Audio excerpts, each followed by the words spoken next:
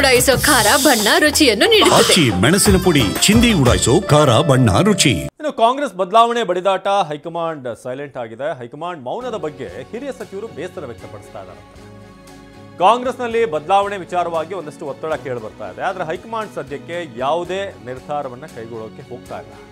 ಸುರ್ಜೇವಾಲಾ ಭೇಟಿಯ ಬಗ್ಗೆ ಸಿಎಂ ಬೆಂಬಲಿಗ ಸಚಿವರ ಬೇಸರ. ಸುರ್ಜೇವಾಲಾ ಶಾಸಕರ ಅಭಿಪ್ರಾಯ ಸಂಗ್ರಹಿಸುವಂತ ಅಗತ್ಯ ಏನಿತ್ತು? ಹಾಗಾದ್ರೆ ಇದು ನಾಯಕತ್ವ ಬದಲಾವಣೆ ಬೆಂಕಿಗೆ ತುಪ್ಪ ಸುರಿದಂತಾಗಿದೆ.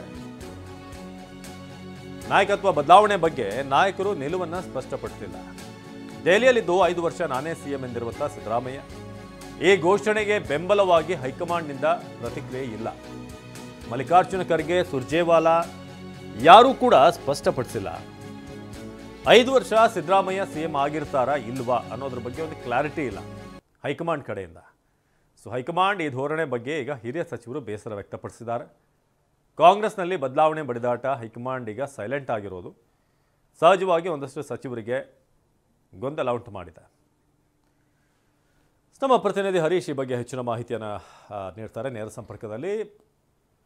ಹರೀಶ್, ಈಗ ಸದ್ಯಕ್ಕೆ ನಾವು ಗಮನಿಸ್ತಾ ಇದ್ದೀವಿ, ಒಂದು ಕಡೆ ಮುಖ್ಯಮಂತ್ರಿ ಬದಲಾವಣೆ ಆಗುತ್ತಾ ಅನ್ನೋ ಪ್ರಶ್ನೆ, ಅದಕ್ಕೆ ಸಂಬಂಧಪಟ್ಟ ಹಾಗೆ ಸಿಎಂ ಅವರೇ ಸ್ಪಷ್ಟವಾಗಿ ಹೇಳಿದ್ದಾರೆ. ಇನ್ನೊಂದು ಕಡೆ ಕೆಪಿಸಿಸಿ ಅಧ್ಯಕ್ಷರ ಬದಲಾವಣೆ ಆಗಬೇಕು ಅನ್ನೋ ಒತ್ತಡ ಕೂಡ ಒಂದಷ್ಟು ಹಿರಿಯ ಸಚಿವರಿಂದ ಬಂದಿದೆ ಅನ್ನೋದು.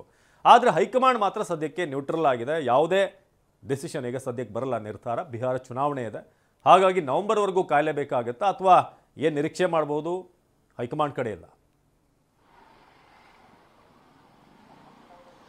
ಹೌದು ಅವಿನಾಶ್, ಕೆಪಿಸಿಸಿ ಅಧ್ಯಕ್ಷರ ಬದಲಾವಣೆಯ ಜೊತೆಗೆ ಸಿಎಂ ಬದಲಾವಣೆಯ ಬಗ್ಗೆ ಕೂಡ ರಾಜ್ಯದಲ್ಲಿ ಚರ್ಚೆ ನಡೀತಾ ಇತ್ತು.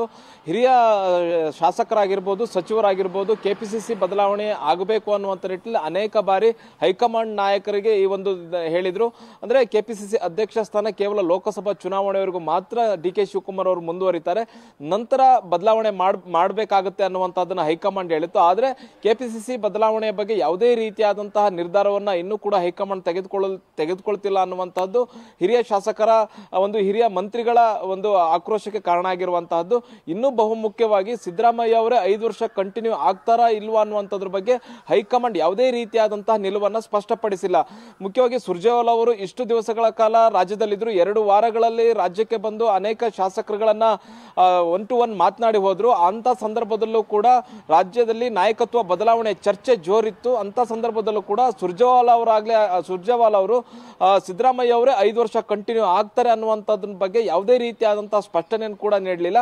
ಅದಾದ ನಂತರ ಸಿದ್ದರಾಮಯ್ಯ ಅವರು ದೆಹಲಿಗೆ ತೆರಳುತ್ತಾರೆ. ಸಿದ್ದರಾಮಯ್ಯ ಅವರು ದೆಹಲಿಗೆ ಹೋದಂತ ಸಂದರ್ಭದಲ್ಲಿ ನಾನೇ 5 ವರ್ಷ ಕಂಟಿನ್ಯೂ ಆಗ್ತೇನೆ, ಮತ್ತೆ ಈ ನಾಯಕತ್ವ ಬದಲಾವಣೆಯ ಪ್ರಶ್ನೆ ಇಲ್ಲ ಅನ್ನುವಂಥದ್ದನ್ನ ಸಿದ್ದರಾಮಯ್ಯ ಅವರು ದೆಹಲಿಯಲ್ಲಿ ಸ್ಪಷ್ಟಪಡಿಸ್ತಾರೆ. ಆದರೆ ಹೈಕಮಾಂಡ್ ನಾಯಕರು ಯಾವುದೇ ರೀತಿಯಾದಂತಹ ಸ್ಪಷ್ಟನೆಯನ್ನ ಇದುವರೆಗೂ ಕೂಡ ಕೊಟ್ಟಿಲ್ಲ.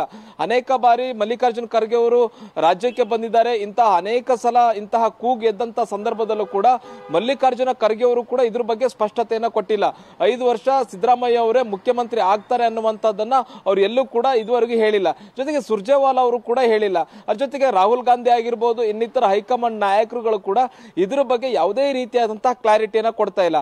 ಹಾಗಾಗಿ ಸಿದ್ದರಾಮಯ್ಯ ಅವರ ಬೆಂಬಲಿಗರಾಗಿ ಗುರುತಿಸಿಕೊಂಡಿರ್ತಕ್ಕಂಥ ಒಂದಷ್ಟು ಹಿರಿಯ ಮಂತ್ರಿಗಳೇನಿದ್ದಾರೆ ಅವರಿಗೂ ಕೂಡ ಅವರು ಅಸಮಾಧಾನವನ್ನ ವ್ಯಕ್ತಪಡಿಸ್ತಾ ಇರುವಂತಹದ್ದು. ಬಹಿರಂಗವಾಗಿ ಅಲ್ಲ, ತಮ್ಮ ಒಳಗೆ ಅಸಮಾಧಾನವನ್ನು ವ್ಯಕ್ತಪಡಿಸ್ತಾ ಇದ್ದಾರೆ. ಅವರ ಸಮಾನ ಮನಸ್ಕ ಸಚಿವರ ಜೊತೆ ಕೂತ್ಕೊಂಡಂತ ಸಂದರ್ಭದಲ್ಲಿ ಇಂಥ ಅಸಮಾಧಾನವನ್ನ ವ್ಯಕ್ತಪಡಿಸ್ತಾ ಇದ್ದಾರೆ. ಇಷ್ಟೊಂದು ಗೊಂದಲ ಆಗ್ತಾ ಇದೆ. ಹೈಕಮಾಂಡ್ ಯಾಕೆ 5 ವರ್ಷ ಸಿಎಂ ಆಗಿ ಸಿದ್ದರಾಮಯ್ಯ ಅವರೇ ಮುಂದುವರಿತಾರೆ ಅನ್ನುವಂಥದ್ದನ್ನ ಯಾಕೆ ಹೇಳ್ತಿಲ್ಲ? ಈ ಎಲ್ಲ ಗೊಂದಲಗಳಿಗೆ ಹೈಕಮಾಂಡ್ ನ ಕೆಲವು ಕ್ಲಾರಿಟಿ ಕೊಡದೇ ಇರುವಂತಹದ್ದೇ ಕಾರಣ ಅನ್ನುವಂಥದ್ರ ಬಗ್ಗೆ ಕೂಡ ಈಗ ಚರ್ಚೆ ನಡೀತಾ ಇರುವಂತಹದ್ದು. ಮತ್ತೆ ಒಂದಷ್ಟು ನಾಯಕರು ಹೈಕಮಾಂಡ್ ನಾಯಕರ ಭೇಟಿಗೂ ಕೂಡ ತೆರಳುವಂತಹ ಸಾಧ್ಯತೆ ಇದೆ. ಆ ಸಂದರ್ಭದಲ್ಲೂ ಕೂಡ ಸಿದ್ದರಾಮಯ್ಯ ಅವರೇ 5 ವರ್ಷ ಕಂಟಿನ್ಯೂ ಆಗ್ತಾರೆ ಅನ್ನುವಂಥದ್ರ ಬಗ್ಗೆ ಕ್ಲಾರಿಟಿ ಕೊಡಬೇಕು ಅನ್ನುವಂತಹ ಮನವಿಯನ್ನು ಕೂಡ ಒಂದಷ್ಟು ನಾಯಕರುಗಳು ಮಾಡುವಂತಹ ಸಾಧ್ಯತೆ ಇದೆ. ಅವಿನಾಶ್, ಧನ್ಯವಾದ ಹರೀಶ್.